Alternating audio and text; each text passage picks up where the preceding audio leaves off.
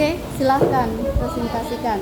Hutan produksi adalah kawasan hutan yang dimanfaatkan untuk menghasilkan bahan baku produksi. Adapun fungsi ekonomi hutan produksi adalah dapat memberikan manfaat optimal bagi masyarakat, seperti memanfaatkan semua potensi yang terdapat di dalam hutan. Contoh hutan produksi adalah seperti kayu dan rotan. Ulangi lagi, Ya, dengar baik-baik, nanti Ibu akan ada pertanyaan. Hutan produksi adalah kawasan hutan yang dimanfaatkan untuk menghasilkan bahan baku produksi. Adapun fungsi ekonomi hutan produksi dapat dimanfaatkan optimal bagi masyarakat, seperti memanfaatkan semua potensi yang terdapat di dalam hutan. Contoh hutan produksi seperti kayu dan rotan, rempah-rempah, dan masih banyak lainnya. Ya, jadi selanjutnya adalah hutan lindung. Jadi hutan apa tadi yang pertama? Hutan produksi. Hutan produksi apa contohnya?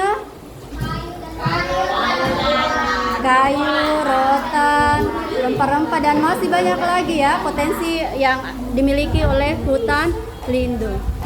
Oke, kita lanjut di Andi Pasar hutan lindung. Ya, hutan lindung.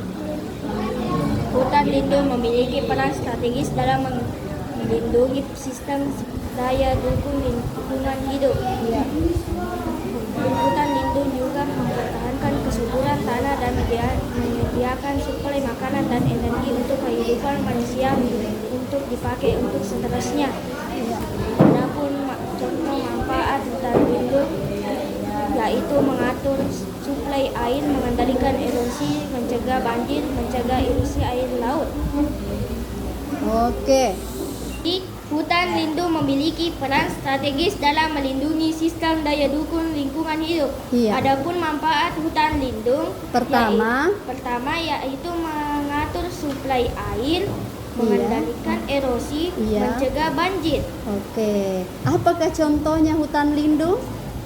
Ada contohnya, Nak?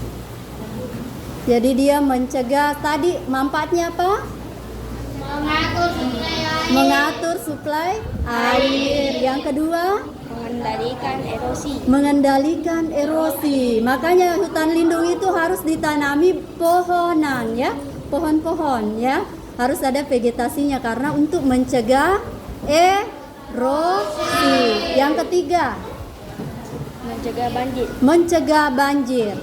Ya, ketika ada hutan lindung, nah perannya pohon itu berapa ton air yang bisa diserap.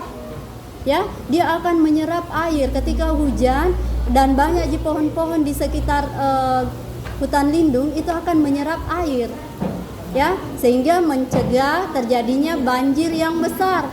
Ya, biasa diistilahkan banjir adalah run off, aliran air yang besar dari atas pegunungan ke dataran rendah.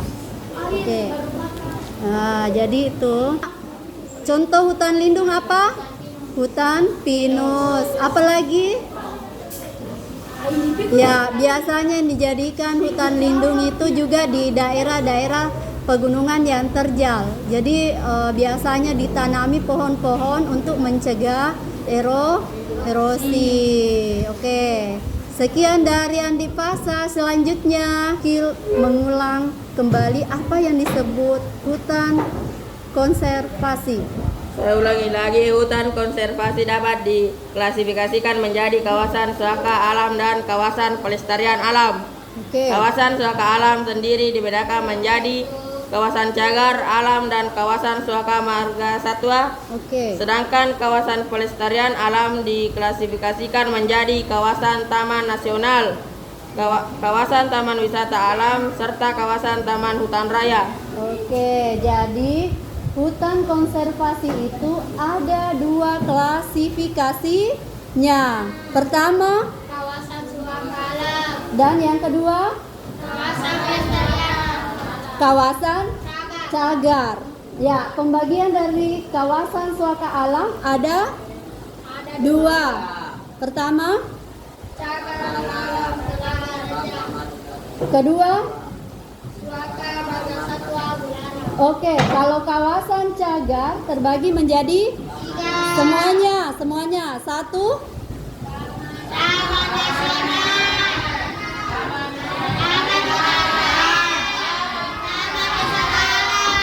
Oke, silakan duduk Akil.